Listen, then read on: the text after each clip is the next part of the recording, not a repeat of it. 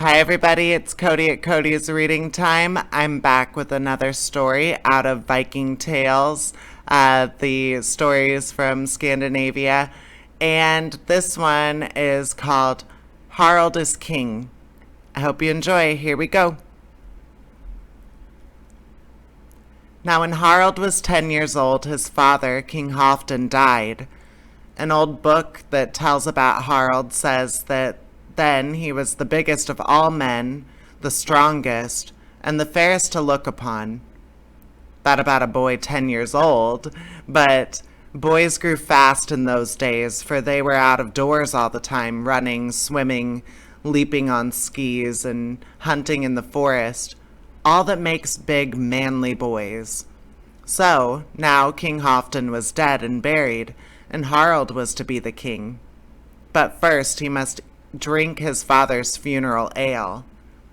Take down the gay tapestries that hang in the feast hall, he said to the thralls. Put up black and gray ones. Strew the floor with pine branches. Brew 20 tubs of fresh ale and mead. Scour every dish until it shines. Then Harald sent messengers all over that country to his kinsmen and friends. Bid them come in 3 months' time to drink my father's funeral ale, he said. Then tell them that no one shall go away empty-handed. So in 3 months, men came riding up at every hour.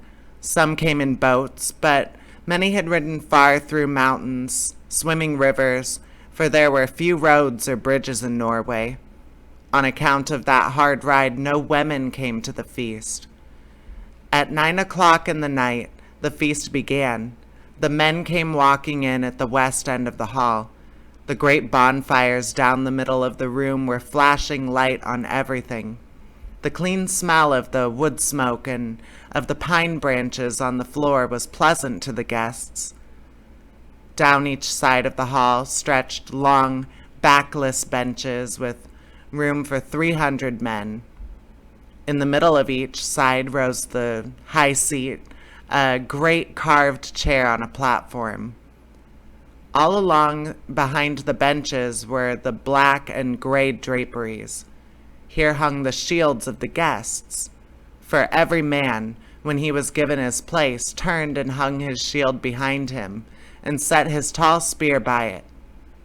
So on each wall there was a long row of shields, red and green and yellow, and all shining with gold or bronze trimmings.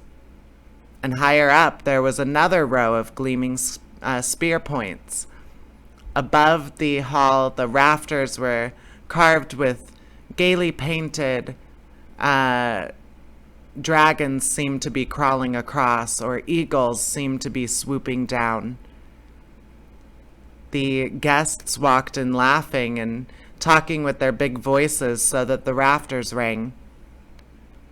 They made the hall look all the brighter with their clothes of scarlet and blue and green, with their flashing golden bracelets and headbands and sword scabbards, with their flying hair of red or yellow. Across the east end of the hall was a bench. When the men were all in, the queen, Harald's mother, and the woman who lived with her, walked in through the east door and sat upon this bench. Then thralls came running in and set up the long tables before the benches.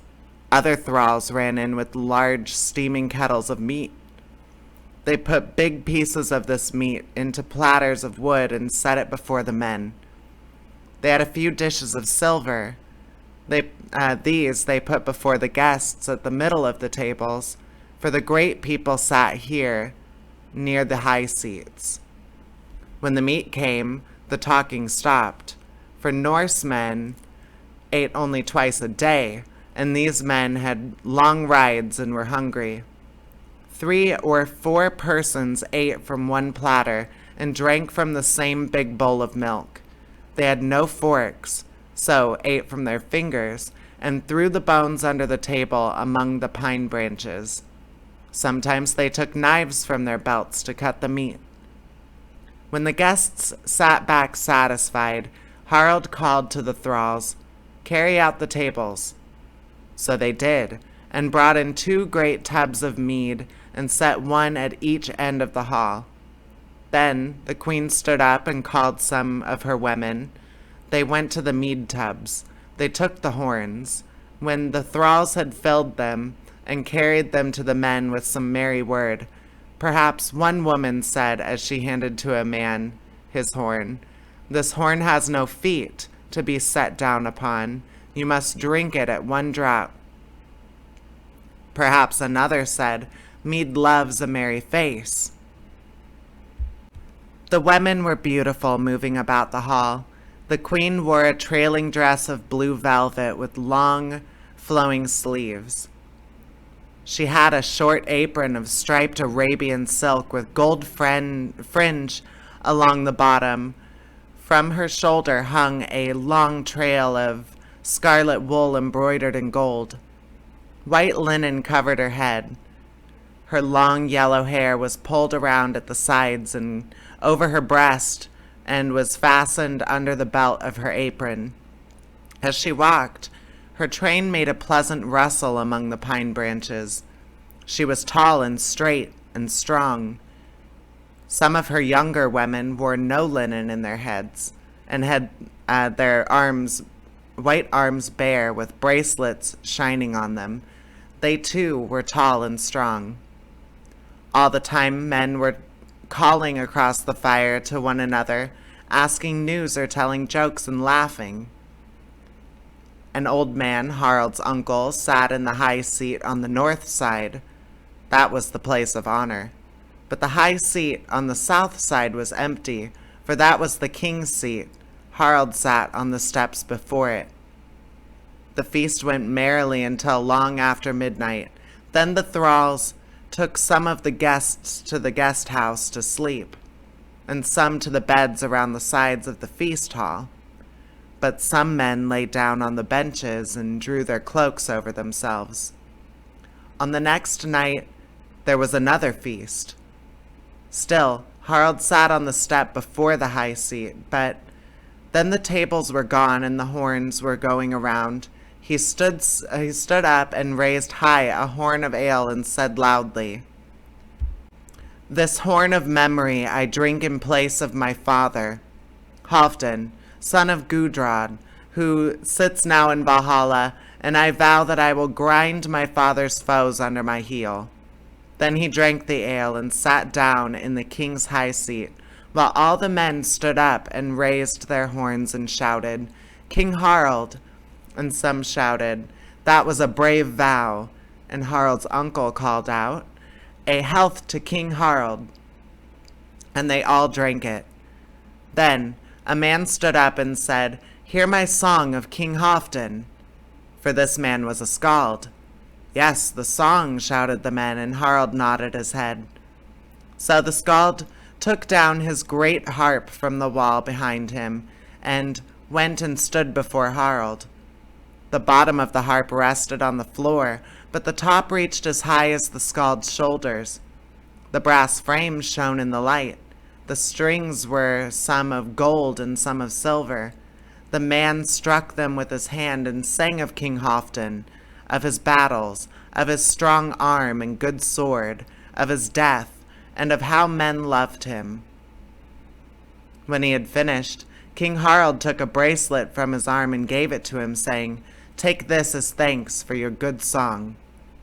The guests stayed the next day, and at night there was another feast. Then the mead horns were going round. King Harald stood up and spoke. "I said that no man should go away empty-handed from drinking my father's funeral ale." He beckoned the thralls, and they brought in a great treasure chest and set it down by the high seat.